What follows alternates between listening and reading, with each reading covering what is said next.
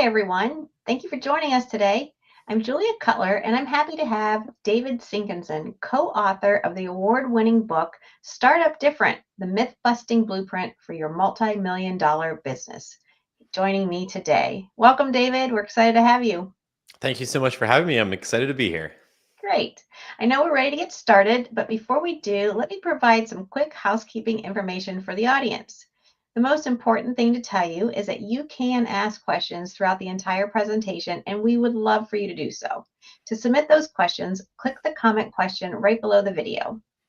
Now, to properly introduce our guest, David Sinkinson is a successful SaaS entrepreneur who, along with his brother Chris, founded AppArmor, a bootstrap startup that provided innovative mobile apps and emergency notification solutions for individuals globally, enhancing safety.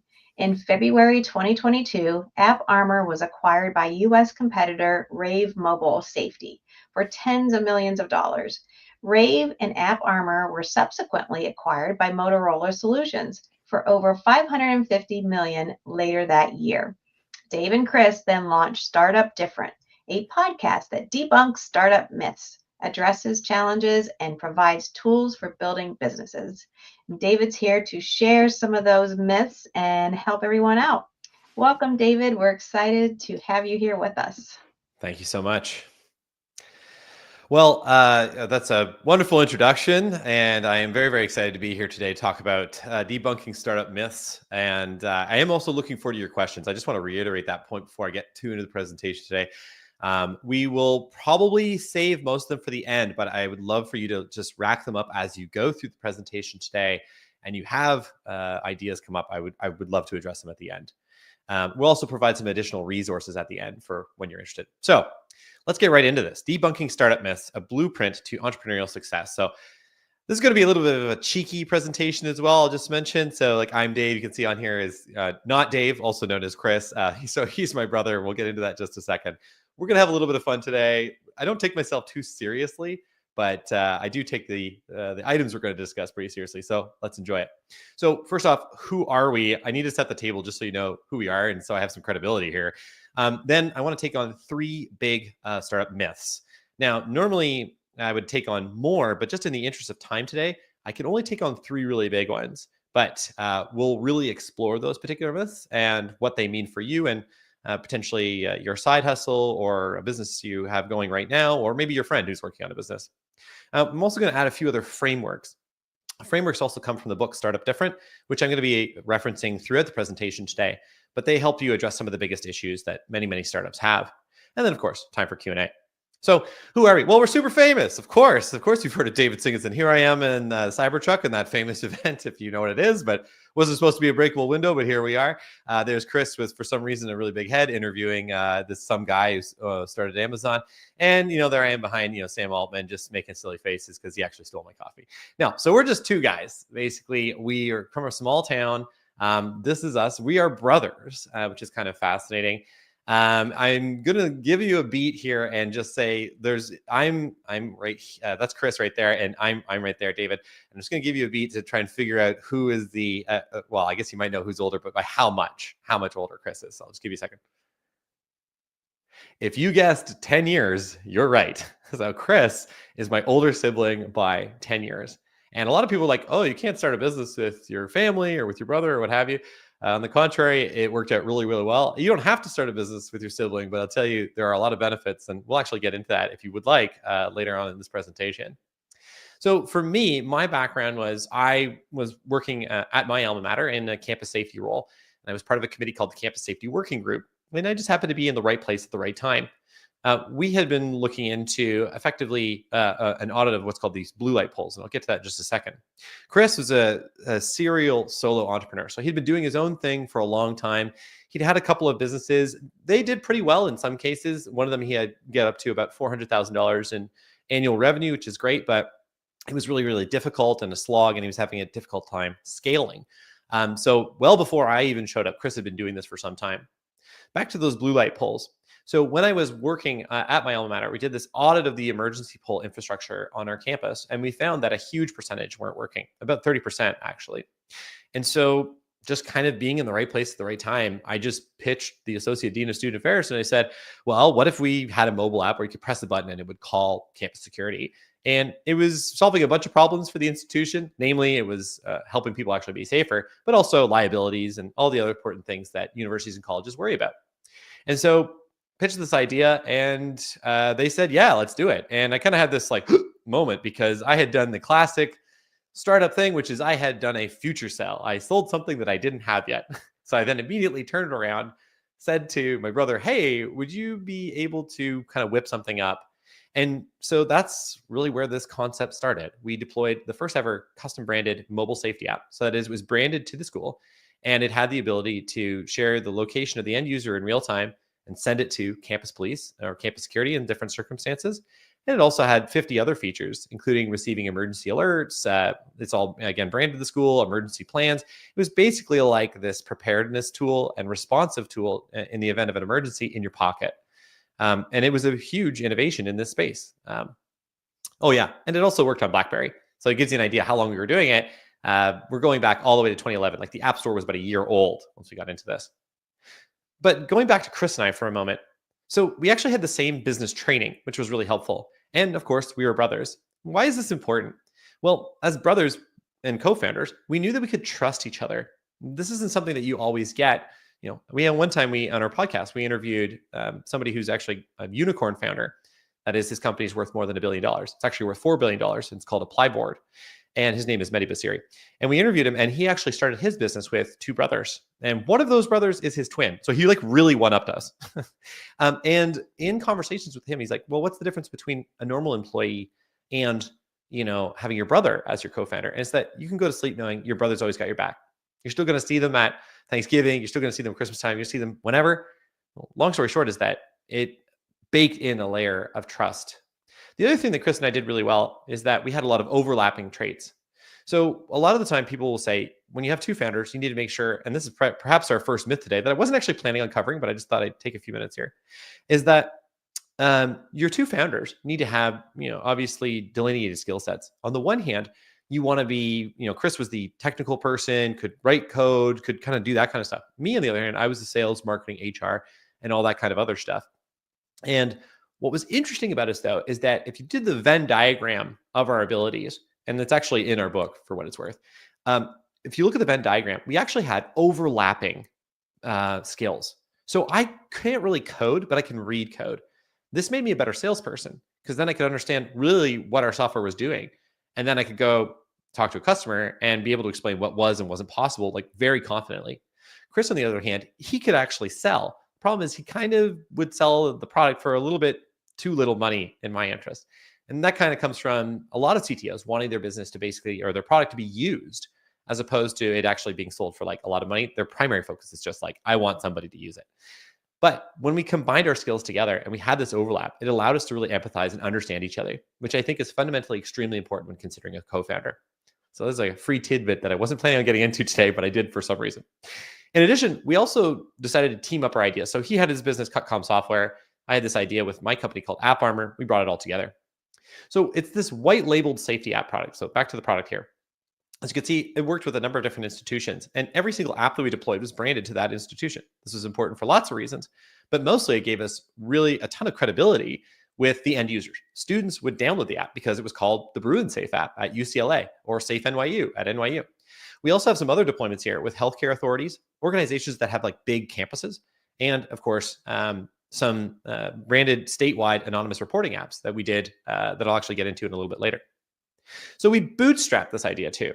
So what is bootstrapping? Just in case you don't know, bootstrapping is starting your business without any seed funding or additional funding from outside sources.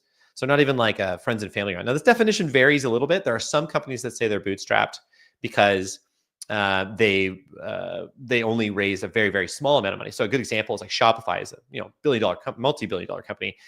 They actually technically raised from an angel investor $1 million early on, which like, I don't know if that's totally bootstrapping, but at any rate, in the scale of the business they achieved, it's a remarkable amount of success with such a small amount of money. But in many, many cases, A lot of businesses actually bootstrap, and we'll get into this as a myth later as well. But for us, so we bootstrapped our company. We didn't get any external funding, and we actually spread over time to about 350 organizations and had millions of end users across the globe. These are the Princetons, the University of Florida's, the Florida State's, the Chicago's, the Australian National University, the University of Waterloo in Canada, and so on and so forth. And then we moved up market. So as we started to have this success, we started to proliferate our product offering. So we added more functionality outside of the app that was complementary to it. So complementary with an E, not with an I. It wasn't free stuff. It was something that added to the functionality of the platform. So we had mass text messages, outbound calling, basically different ways to alert people on campus when there was an emergency. And this was really, really important because our competitors considered this space very safe. It was like their primary go-to-market offering. And what was interesting too was that when we moved up market, they just couldn't react very well. We started taking their business from them, and that obviously put a lot of pressure on them. We then added additional functionality too. Internal mobile apps. This is one at Vanderbilt University. I mentioned the statewide anonymous reporting app. We did that in a few different states, including Florida here, as well as Hawaii. And we also introduced more functions based on customer feedback, which we'll talk about the MVP as well today, the minimum viable product. And this one in particular was about how if you were working alone on campus, the app would check in with you with a push notification. And if you didn't acknowledge it, it would actually trigger a panic and contact your emergency contact. And that was all an idea from a customer. We won a bunch of awards. We were named among the fastest 500 growing companies. We got some other pieces of hardware in the industry. We also had some very notable deployments. We deployed every single emergency alerting tool and safety apps at all these different schools across the state of Colorado. That was a really big one. That was my first $1 million deal. We also, and I know politics is a little bit crazy right now, and I'm not trying to get political, especially today, by the way. It's kind of a big day. But as you can see here that when we deployed the Fortify Florida app, it was actually then tweeted about at the time by the president at the time, now also the president. And actually, the Attorney General of Florida at the time is now the current Attorney General for the United States.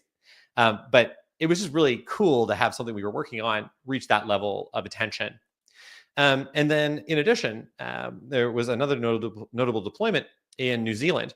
I don't know if people remember this, but there was a shooting near a mosque, which is very, very unusual for New Zealand. They basically get no shootings ever. They're just, the access to weapons there is fundamentally different.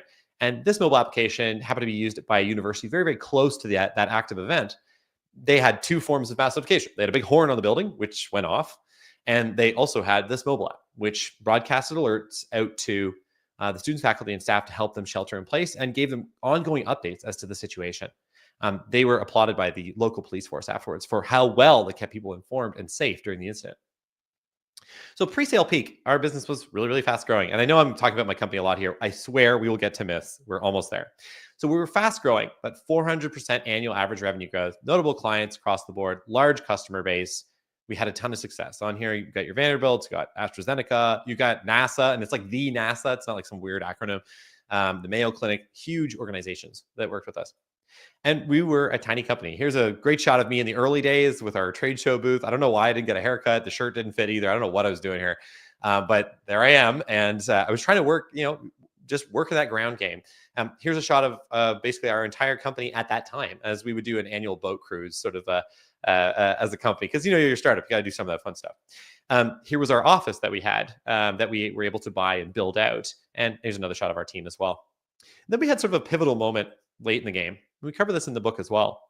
But we were in physical safety and this evil orb of doom showed up. And I know people are here watching like, oh, I don't want to talk about COVID. Like me neither, but it's kind of important for our story. So just stick with me for like 2 minutes. So we moved to fully remote working. We had a product that was all about people being physically together, so couldn't really do it. So we needed to pivot the product to find budget. And this is all about pivoting. And we'll definitely talk about that later. So we launched 2 new product lines, a self-assessment tool. And if you remember when you had to fill out, are you feeling sniffly today? Have you been in contact with anybody else? We would work that into our apps. And we would also, for certain jurisdictions, we could actually verify if individuals had been vaccinated. And as such, that was required in some counties to know whether or not all the students, faculty, and staff had been vaccinated. So some of that information we worked with universities and colleges to deploy as well. And so that was the best quarter in our company's history when we deployed that. And that was really good timing because a couple of months after that huge success, we were acquired by a firm out of Boston called Rave Mobile Safety. And we were acquired for $40 million. And that was obviously a pretty big day. So just taking this journey, we went from nothing all the way to, no funding in there, to building this team, to growing this market, to being at it. And about 8 years later, we sold for $40 million. And crazy enough, 10 months later, Rave Mobile Safety and obviously my company AppArmor as well were acquired again, this time by Motorola Solutions for a little bit over $550 million. So for my team, it was kind of this crazy moment. They went from being on a 20-person company to being in a 250-person company to being in a 20,000-person company in 14 months.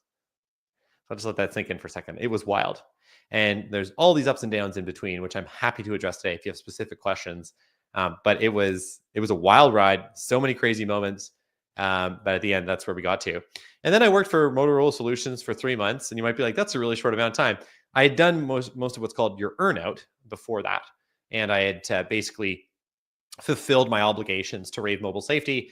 The Motorola piece was kind of just the icing on the cake. And now I'm here. So we bootstrapped this company, peak annual recurring revenue, that's the ARR, approximately $7 million, headcount of 20 folks, and acquired on February 1st, 2022, with the exit complete by April of 2023. And we started Startup Different. Startup Different is the book and the podcast. So you can see there's the book. It's not the actual size of the book. That looks like it's humongous.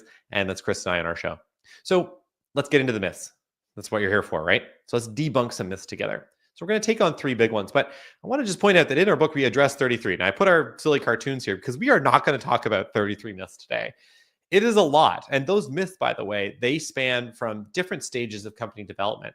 And in the book, we're talking about how it relates to a real event in our company, a real moment where we had to make a decision.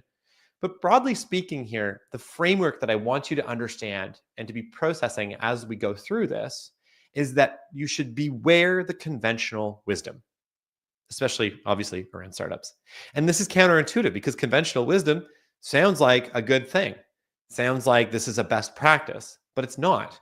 We do a lot of things, or we accept a lot of things, I think in life in general, but particularly with startups, that are actually actively bad for our outcomes. And so let's get into that. Oh yeah, I've added this slide too. So, I like this meme where the guy goes like this. So that's what it's all about. So general strategy, beware the conventional wisdom. So let's talk about this. So let's take our first myth. Early funding is always a good thing.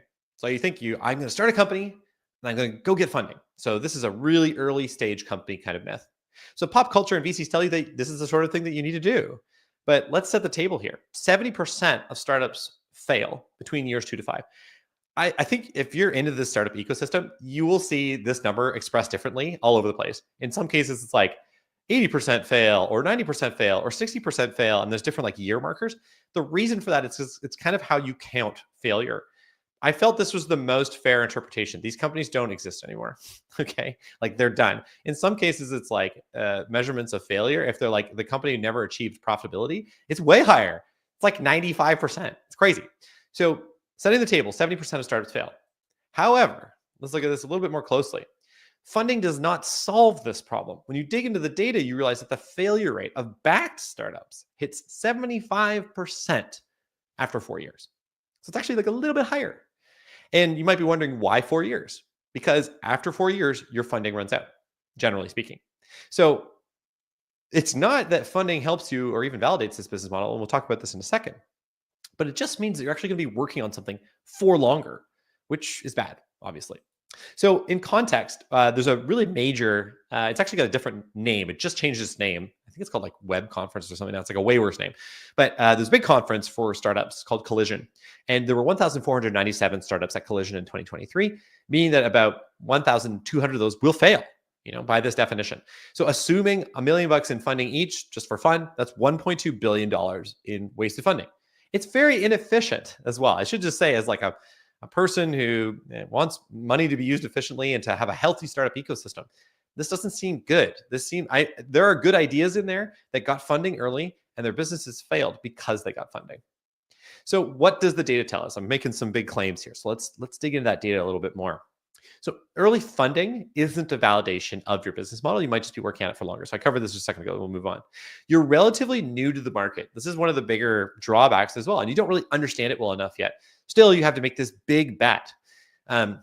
Recently in our podcast, we interviewed an individual who started a major telecom in another country And he actually ended up raising $1.6 billion. And a fun story about him is that he also sold his company for $1.6 billion. So kind of a wash, but anyway, he did really well. But what was interesting about it is he described that for most institutional VCs, there's something called a power law outcome.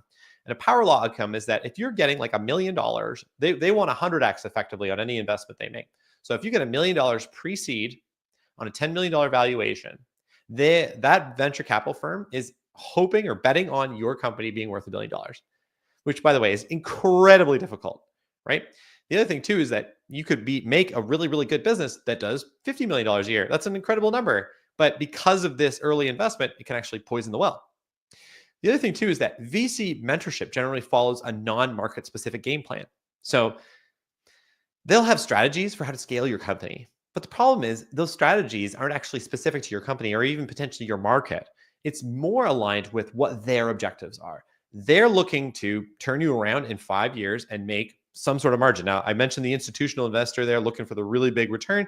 It's not always like that. I just want to be fair, but it's at least going to be significant. And after 5 years, they're going to want to double their money, ideally, in most scenarios. So one thing to think about is that game plan doesn't usually align with what you want to do, which is to create something earth moving, to change the world. And you're willing to put a lot of time, money, and effort into that, whereas a venture capitalist isn't.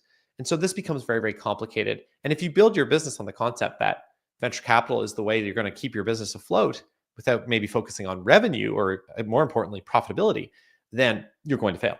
So let's go to that point now. So the opportunity cost here is also extremely real. So finding funding shouldn't be a core competency for any founder, in my opinion. Somebody here is like, what? The reality is that founder-led sales is one of the best ways that you can make your company successful. It doesn't matter what you make. It doesn't matter if it's a physical product or what have you. You being out there as the founder and selling, you're going to be the best salesperson. Or maybe your co-founder is if you're the technical type or what have you. But it's one of the two of you if you're co-founders. And if you're a solo founder, it's you. Acquiring customers ought to be one of your core competencies because you're going to need to do that. And then secondly is that finding funding is really, really hard as an opportunity cost. It's not only just that you can't go out and work on things that are more important in the business, your marketing efforts, your sales efforts, your go-to-market strategy, whatever, customer service, insert important thing, but that it's that when you're trying to get venture capital, it's a huge effort and it takes a lot of convincing, and it will be your full-time job. And it's really hard to get that money. The average VC gets 1,000 applications a year. So how do you bootstrap? Well, first off, just understand that it's short-term pain for long-term gain. You find other sources of capital. This sounds a little crazy. Somebody would be like, I don't want to max out my credit cards. I'm not telling you to do that either, but using your credit card a little bit is okay. Friends and family as maybe early level investment, like, hey, believe in me kind of thing. Early customers, though, are probably what you want to be going for. So, and you want to seek early profit specifically. So focusing on early profitability gives you the funds to reinvest in the business and to grow it sustainably. It's also, though, validation that your product is useful in the market, like people want to buy it, like it's adding value, and that you've created a business model that can support that, right? If you go and get venture capital and you go to market and you're just pouring money into this, but you're not selling the product at an adequate price to be able to recover that cost, like what are you really proving?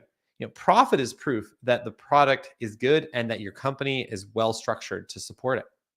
And the bootstrapping also gives you a crazy competitive edge.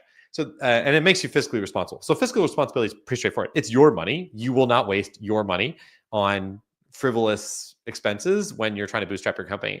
But what's also important is this competitive edge. I'll tell you a quick story. When Chris and I, when we went to market, we would be up against a number of different venture capital backed companies. And there was one in particular that was sort of our main rival. They had been really early to market.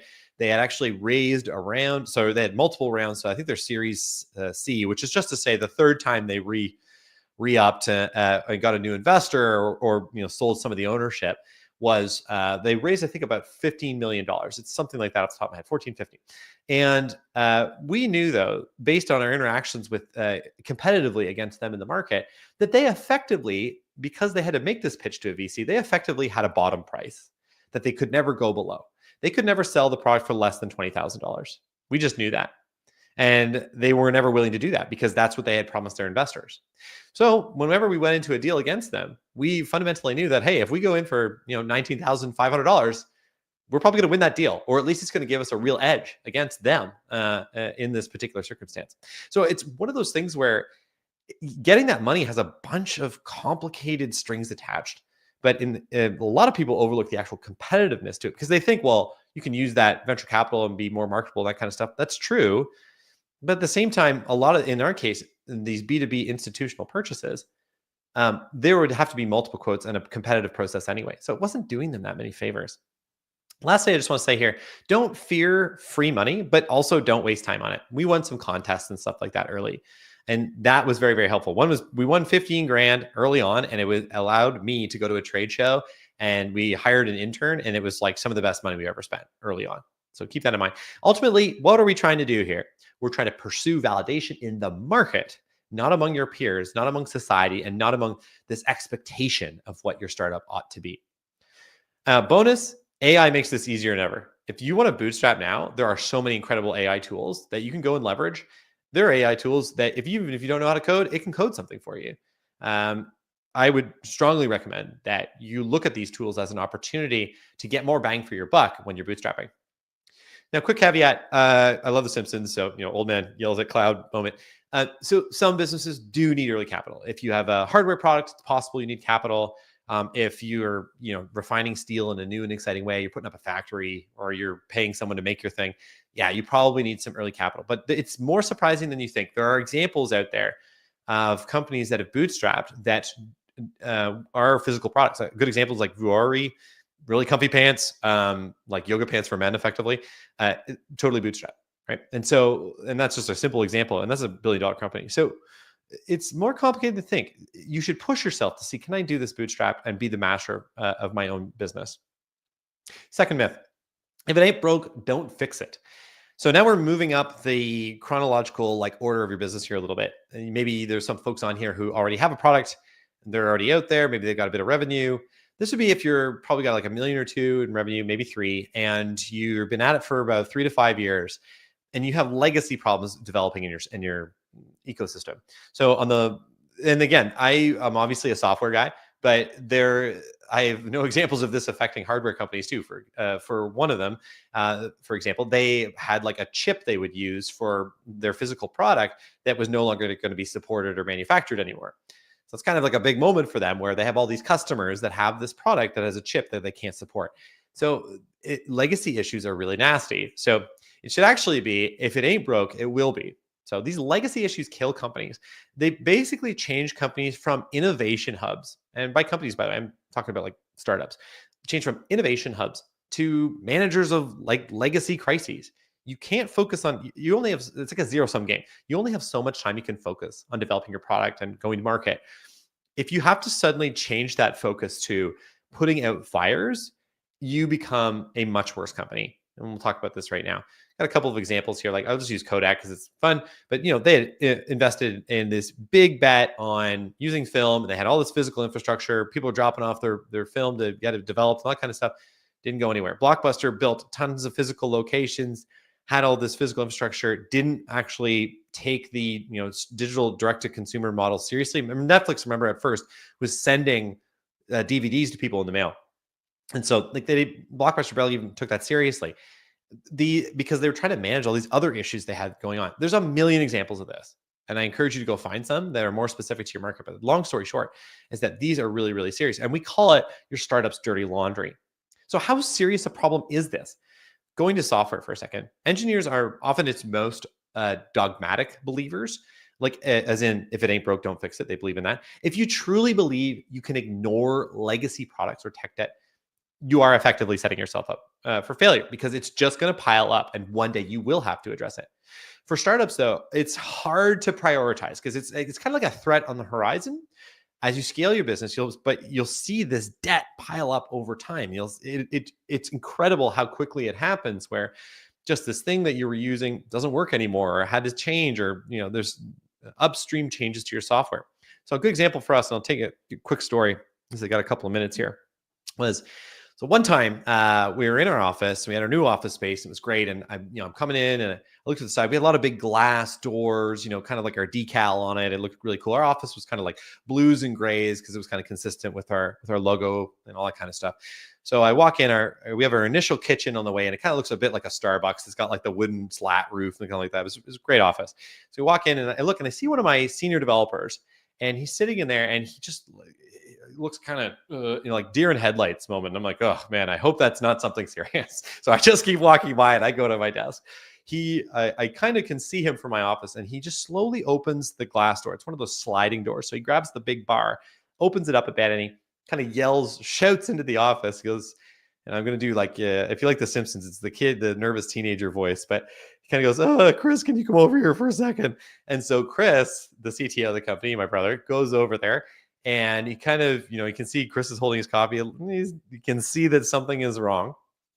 Basically, anytime somebody calls you in, right, it's either they're quitting or something's really bad. So Chris goes in there and he's slowly closing that glass door. And then as he hears it, you can see him stop and just start opening it a bit more because he's going to come to me. And I see this happening. So I'm already getting up and I'm walking over there. I'm holding my coffee and I walk in. Chris is looking pale as get out. And I thought he was going to fall over, maybe even barf or something. And I said to him, like, what's going on? And he said, so our coding platform that we're using upstream. So we coded our stuff on a particular piece of software. That piece of software was going to be no longer supported in 8 months. And you might be like, what's the big deal? Like, what does that have to do with you, really? And like 8 months, that's a long time. So we had millions and millions of lines of code. And unsupported code is a non-starter. If you don't have supported code, something will eventually break its software. And if you can't address, like if it's like an upstream code issue, we can't do anything about that. We need supported code. Every software company needs to have a supported platform. So we kind of have this moment where we go, oh my God. So in an 8-month period, we need to rewrite all of our code. We need to redeploy all of our mobile apps. And by this point, we were at hundreds of mobile apps on both iOS and on Android. And we needed to do this really, really quickly without disrupting any of the operations of any of our customers, because of course our software was in the like life-saving category of importance for software.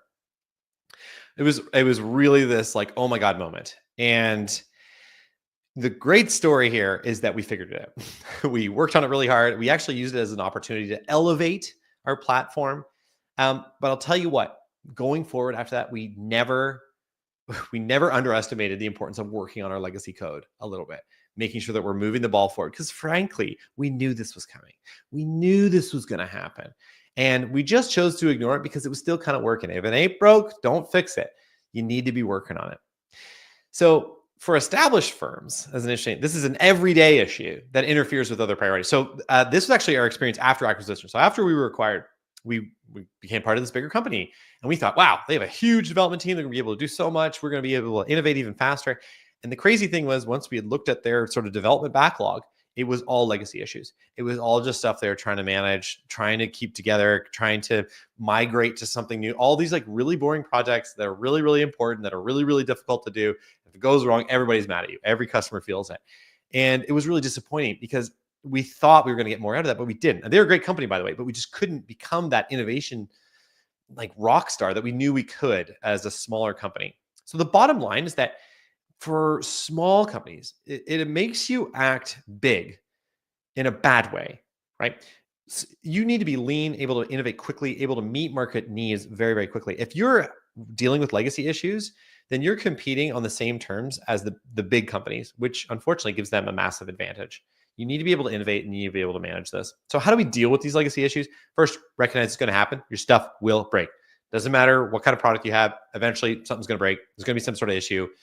If you ship products to someone, there might be tariffs. If you have a hardware product, you're going to have a chip that doesn't work. If you have a software product, your coding environment changes, those kinds of things.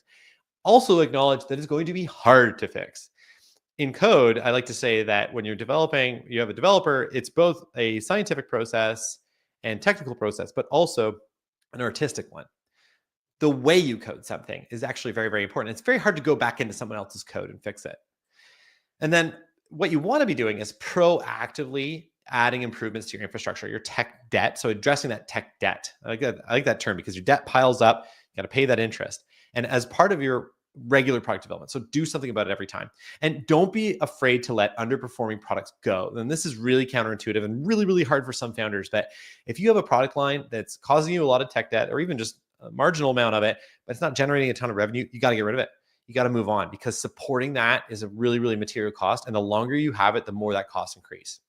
This is a never ending effort. This is the other thing. Some people are like, oh, we made this, we migrated to that new platform. We're great. We're set. It's like, no, in a couple of years, we could have a similar problem. We need to be on this. We need to be aware of what's happening in our software ecosystem. Next, or third and final myth for today, and then we'll move into frameworks, is the alpha. So you're probably picturing some kind of like gorilla with a tie and a briefcase, but what do you think of when you think of the term a business alpha? I'm just going to take a beat here. Just close your eyes, give yourself a minute. Okay, so what I think of is somebody super aggressive. And turns out that's what most people think too. The first page of Google search is, your businessy corporate type with a lion, okay? So most people think aggressive, but they also think high performers for themselves and the team, that the ends justify the means. Like they might be jerks, but they get stuff done. And it turns out we're actually flat wrong about this. In business school, they like to use this term. Would you rather work with a competent jerk or a lovable fool? And it's really like, for any Star Trek fans, it's really the Kobayashi Maru of this whole thing. It's like the unsolvable thing, because nobody really wants to work with a jerk, and nobody obviously wants to work with a fool. But the reality is you can actually be a competent and like caring and empathetic leader, and that's actually the best outcome.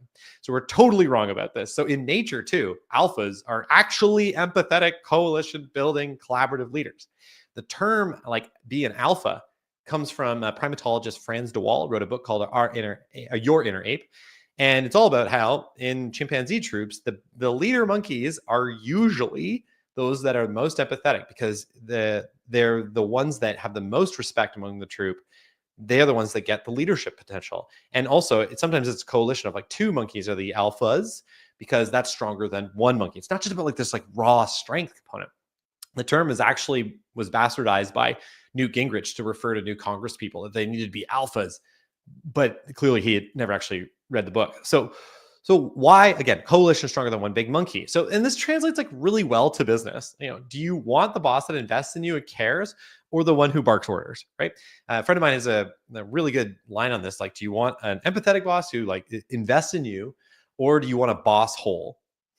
And I love that term. Might be included in the next book. We'll see. So, but they get stuff done, right? Isn't that what alphas are all about? The ends justify the means, right? So the data actually supports that traditional alphas also generally underperform versus empathetic leaders. And I love this quote. So this is from Harvard Business Review, Coaching the Alpha Male. It's a couple years old, this article, and it tries to actually support the idea that alpha males are like really important in business. But the more pressure an alpha feels to perform, the more he tends to shift his leadership style from constructive and challenging to intimidating or even abusive. Like, just take a pause there for a second. Like, what are we talking about? Like at work? Like anywhere? This is insane. So organizations become dysfunctional when people avoid dealing with a difficult alpha and instead work around him to simply pay him lip service. So they actually tend to be these toxic staff that create kingdoms in your business, and they have a disengaging effect on employees, a net negative. So they might get results in the market, but because of this net negative effect everywhere else, like the way people have to work around them, the morale effect, they actually generally, according to the data, make it worse. So unsurprisingly, empathy is the path to productivity and profit. If you invest in your people, they invest in your business.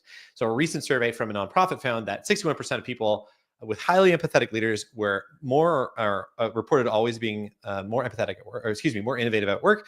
They were 76% were more engaged, and 86% could balance their work life. This is among many other benefits, including being more like loyal to the company, being more proud of their work. There's so many other benefits. It's wild how much better it is, but it's also like reasonably intuitive, even though we just get this wrong from like a conventional wisdom perspective. So how do you become a modern alpha? So how do we do this? 3 things to consider. First, can you hear me now? Listen and stay engaged with your staff.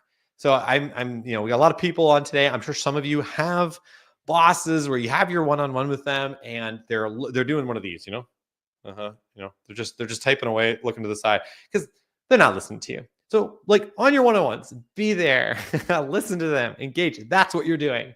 That's your focus, nothing else. And honestly, Chris hates it when I'm not perfect either, by the way. And Chris hates it because sometimes I'll have calls with him and I'll be like, yeah, and my eyes just, train to the side. So be there and available emotionally. It's very, very important. Make yourself comfortable. This is a really tough one for a lot of people. It's okay to feel uncomfortable.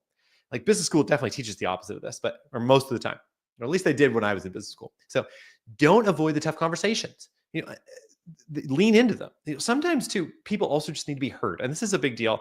When we're in a lot of settings, professional settings in particular, we're always trying to provide solutions. Well, here's my idea for this.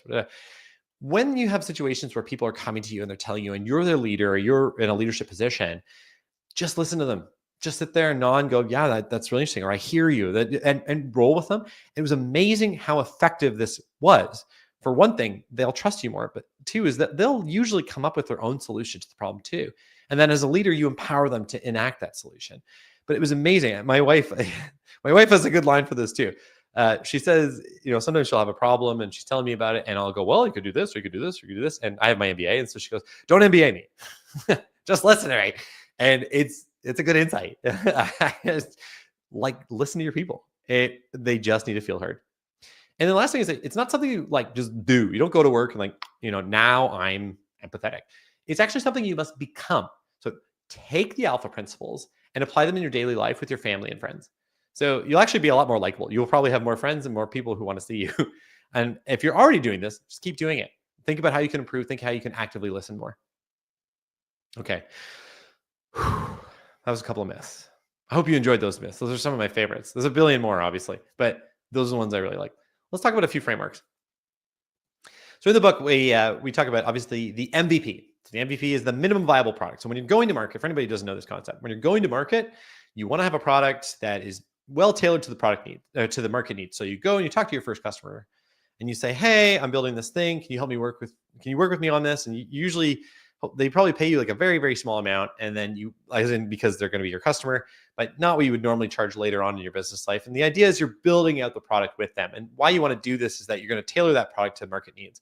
And there's this cycle, this build, measure, learn cycle. So you build something, you measure in terms of getting feedback, you learn what that feedback and how to implement, and then you build again, and you keep going through these iterative cycles till you reach a really, really good market-specific product. This is by far the most effective way to deploy product. The old way to do this is the field of dreams, the build them and they will come, build and they will come strategy, which just doesn't work. It's way less likely to work. And this way, you're building the product with the market. But while it's commonly accepted as the best way to do this, there are limits to it. And so we have this kind of fun chart in the book, which is obviously on the y-axis, the product enhancement value, x-axis, length of the engagement. So you can see early on, it's really good times. You're getting incredible feedback. The product's getting better and better and better. And time, as it kind of goes on, it starts to get a little bit weird because the customer is, they probably have a committee or group, or they're working with a bunch of stakeholders, and they're starting to get feedback that's starting to conflict with earlier feedback that you'd already implemented, and you're undoing stuff that you did. And then it kind of keeps getting weirder and weirder to the extent that when you get, I think we're done here. This category is problematic because they're giving you feedback that's only helpful for them. It's not actually helpful for the market in general. So your product's not actually benefiting anymore. So one of the challenges here is, how do you say to your first customer, who is very, very important to you, that, hey, I think we're done with this custom back and forth process. It's not that you're going to be a normal customer, because you're not. You're always going to be our first customer.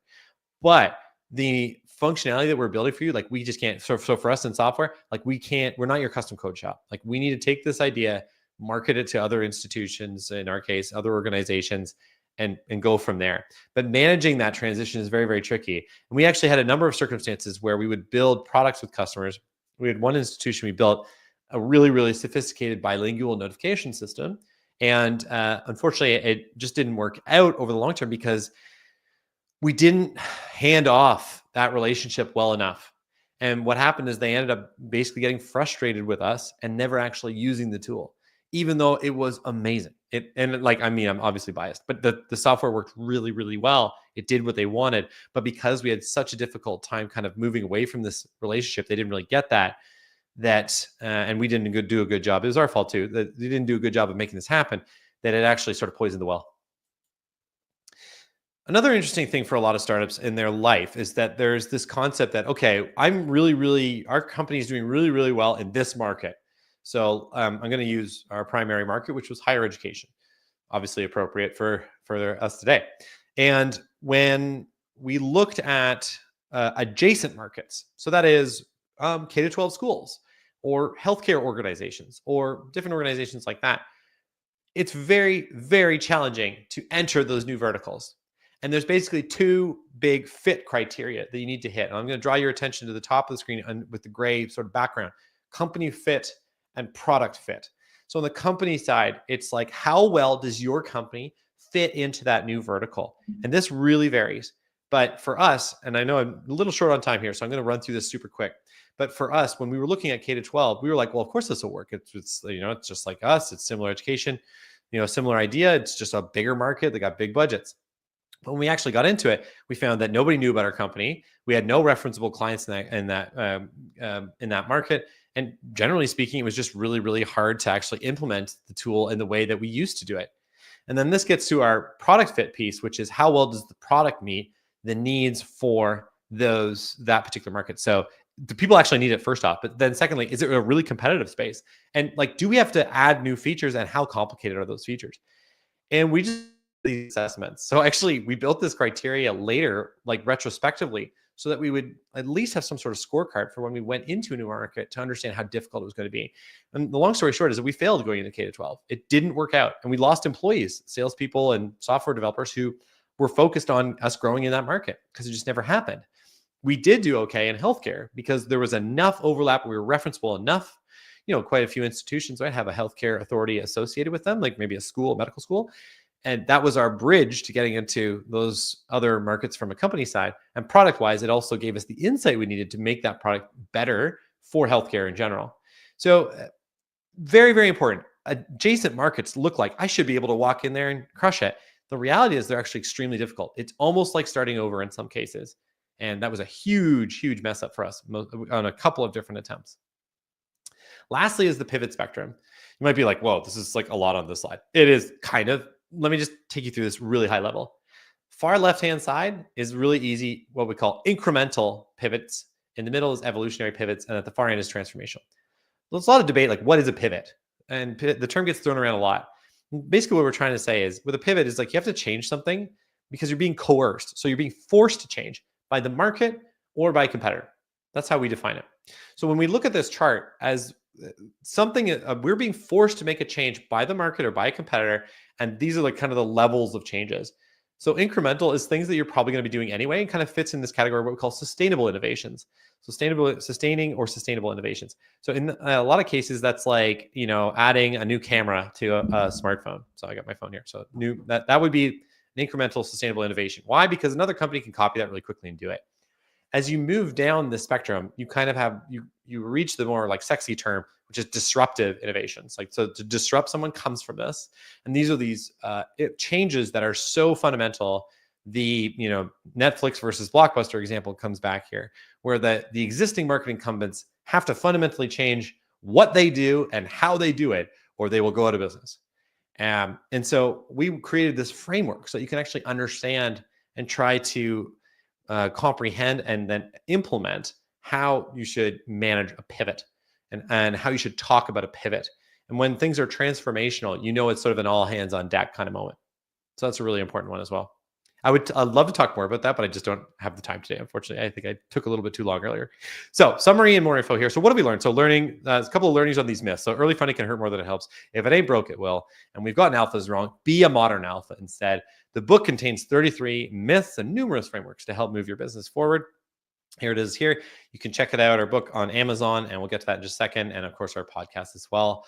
It's also an award-winning book now, so super happy about that. You can check it out. We have a little bit of information on our website about that as well, and that QR code will take you to our website. But that is my presentation. Thank you very much, and I would love to open it up for some questions. Hi, David. That was great. A lot of information, like you said, and a lot of questions, which is awesome. So I will jump right in. We have a question from George, who says, I have a startup that has already fell into the trap of myth number 2.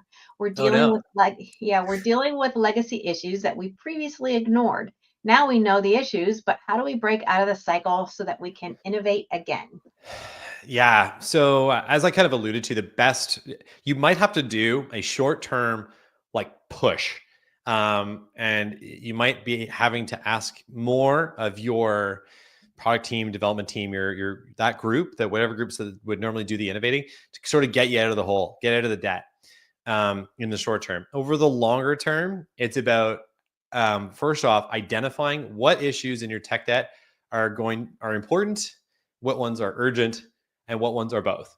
So if you can identify urgent and important tech debt issues, those are the things that you kind of want to be dealing with, obviously, pretty frequently, like basically as soon as they happen. When you have things that are just important, those are things that obviously that you want to be aware of over the longer term. But the key here is just ongoing management of this.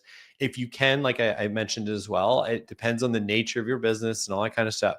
But if you have an opportunity to shed something, maybe it was a feature that you built or a function of your, if it's a physical product. So you can see I'm kind of like going general here, but if it's something like that you can let that go and not have to worry about that tech debt, and it wasn't even bringing in that much revenue anyway, it was just something else. Great. I would take those opportunities as well. It's a pain. I'm just going to tell you, but it is also part of doing business. Staying on top of that is really key to your business's success. Okay. I hope that helps, George. Yeah, thank you. We have a good question from Mitch. He says, as a family business owner, how did you keep inevitable business conflicts from escalating into family conflicts, which can drive family members apart? Oh, awesome question. I basically get a version of this question every time. So I would just say that there's a couple of different things that we did to manage the sort of our relationship with as like family members and as business people. So on the one hand is that we would try to like leave it on the field. So if we were at, and you kind of alluded to this in your question, you kind of understand, but if you can try to leave the business issues at work, when you see them at, at other, personal life, maybe they're hanging out with you and your kids or something like that, try not to talk about business. Is really, really hard, but especially something that's like, that requires you to really sit down and have focus time with them. Then we had some functions or like some tools for addressing the fights. Okay. And by the way, we had atomic fights, but our frameworks were kind of a few different things. There's a book by Adam Grant that I like as well. It's called Think Again. It's great. And he has one concept in here that we did all the time, which was, or that we would manage, which was you could get hot, but not angry, right? So it's okay to be passionate and want to defend your position on something. But you don't want to start like throwing in the ad hominems. Well, you always say that, it's about trying to stay as objective as you can. In addition, we would always go and find data. And this is an interesting thing because sometimes where we would usually fight is our guts disagreed.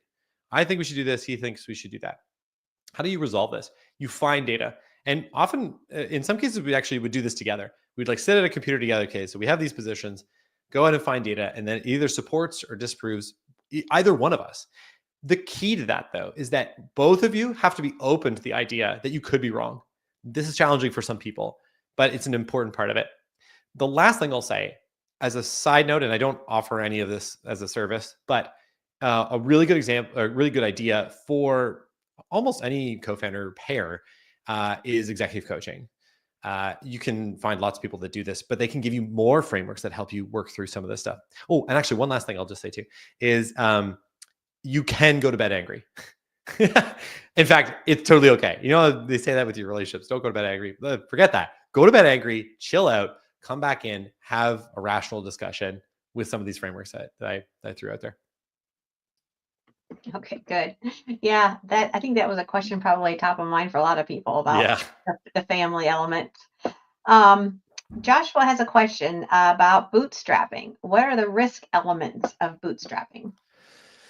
Yeah, well, the risk elements of bootstrapping there are a couple of them. That's a good question. I don't often get that. So the first thing is that if you're using your own capital, you're putting a lot of your own skin in the game. It's a lot easier. It's like the two-edged sword of venture capital is it's a lot easier to spend someone else's money, but it's also someone else's money. So it's kind of like you can kind of take one step away from your risk. I've actually seen some founders who bootstrap their company for a while, and then let's say they put up like, I don't know, over a multi-year period, let's say like 100 grand or something. And then they actually try to get like a very small scale investor that that gives them effectively like 100 grand. That's just trying to like net that out. And then that's like a business partner that owns like 5 to 10%. Which is, the angel investors will do that. So it's kind of one of those things that's like an option as well, to kind of sort of hedge that risk. But it's complicated though, because anyway, long story, but that's an option. I don't have enough time to go deep in some of this. That's one thing. So you lose your own money. The other thing is that going to market can be more challenging.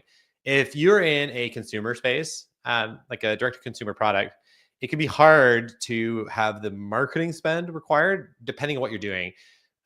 So a lot of times I say to people, can you partner with an influencer for your direct to consumer product? Because that's going to be like rather than having a ton of money, you just give them a small cut and like maybe of equity, maybe of like some revenue agreement, something like that. But then that's going to be something that really drives that engine for you. That doesn't cost a lot. Otherwise, like buying ads and going down that route is very, very expensive. So your actual ability to expand can be hindered by that. That's why venture capital can help.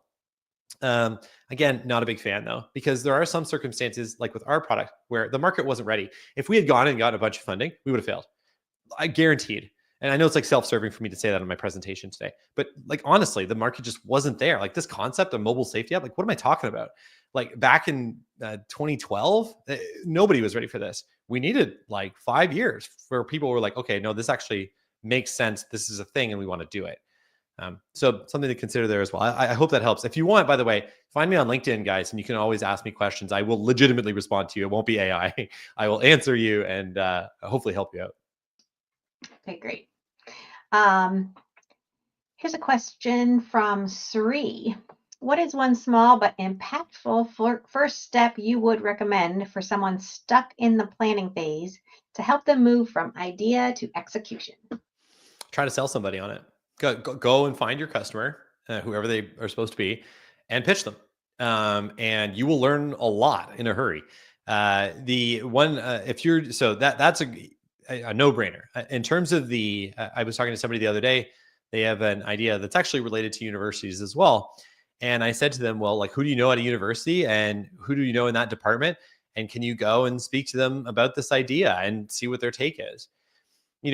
Different markets have different challenges, but ultimately what you're going to have to do is put something together and try to convince someone to give you some money from their wallet. So I would suggest that the faster you can go to market, the better. Eric Ries, the guy who wrote the Lean Startup, which is a really, really good business book as well. Some of the great principles. It's awesome. I actually read about it in my book as well.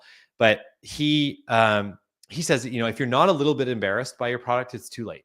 Like, go to market, see what happens, make refinements, and keep trying. That's your first move, is getting in the market. Okay, great. Mary has a question. Can you talk a little bit more about the spectrum graph?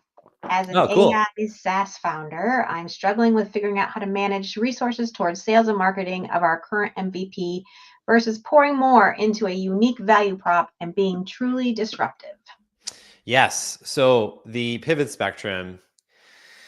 Okay. So remember though, with pivots, you're not like pivoting all the time. Some books say that, and I think that's entirely wrong. Like, there's definitely like work you do to improve your company, and that's great. That's really, really important.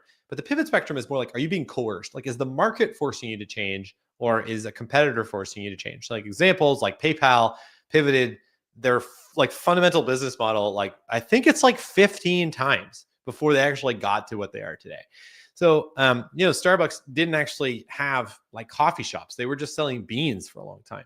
So, but these markets became commoditized for Starbucks. And they're like, well, we better do something else because we're like losing money all the time. So so it's like two different things. So I'll just say with this chart, if you're dealing with a pivot and feeling that competitive pressure, or feeling that market pressure, this is basically like, how hard is this going to be? At the far end of the spectrum, when I write about it in my book too, I say like in the transformational stuff, maybe somebody's disrupting you, or maybe they're really pushing you out of your brand space. Like, they're taking over what you thought you were all about. this is when you have to change your core offering, and like, you're going to lose people, you're going to lose customers, you're going to have disaffected investors, but you kind of have to do it to keep the whole thing going. That's what this chart's really about, is that the more you go that way, the more crazy it gets. For your question, what should I be focusing development efforts on? It's really great question. And in my mind, and we have another chapter about this in the book too, which is that every single software company is a sales organization. You're building software so you can sell it, so that you can meet whatever it is your mission is. I don't know what your product is, but for us, it was keeping people safer, right? Just as a blanket comment. The only way you're going to do that is by selling. So whenever we talked about what we wanted to focus our development efforts on, it was inevitably things that were focused on revenue generation activities. Sometimes this takes different forms. Sometimes it can be a feature for a new customer, and maybe it's like a little tweak, but if we do it, then they're going to sign with us. We would do that. We would do that stuff a lot. Eventually the product got to a point that we weren't getting these little requests anymore. And eventually we were just like rock solid. The product was just so met the market need in that space that it didn't matter anymore. In other cases, it might actually be making your revenue marketing or like sales apparatus or distribution more effective. So for instance, we would do these custom branded prototypes. So we would send, when you sell a university on an idea or college on an idea, there's one person there that becomes your champion. They sell internally. They talk to the committee and say, this is a great idea. So we would send them a branded version of whatever their organization was, a branded version of the app with a couple of functions, and it all worked. And then they would go to their boss and say, isn't this so cool? And we actually made it so that internally we could we coded a tool that a salesperson could go and basically press a couple of buttons and boom, this prototype that is branded popped out, and they could immediately show it to their champion. So sometimes it's actually like internal tools that push towards revenue. All in all, though, your focus has to be on the things that make money. Once you have more money, you can decide with a lot more flexibility on what you want to do with that money and to basically move your business forward. Great. Well, this hour has flown by. And I think there were a lot more questions, but everyone can find David and his brother on their podcast, Startup Different, correct? Yep, absolutely. And you can find him on LinkedIn. And also, if you want to share your last slide again, there is the link to the website, which will take you to the book. We also have a link right below the video that you're watching right now. You can click on that and get a link to the website because you can buy the book in the US or in Canada. So there were so many more questions. So please get in touch with David or listen to his podcast where you can ask more questions and find out more answers. So thank you, David, for your time. It's been great. And thank you, everybody, for attending. And everybody have a great day.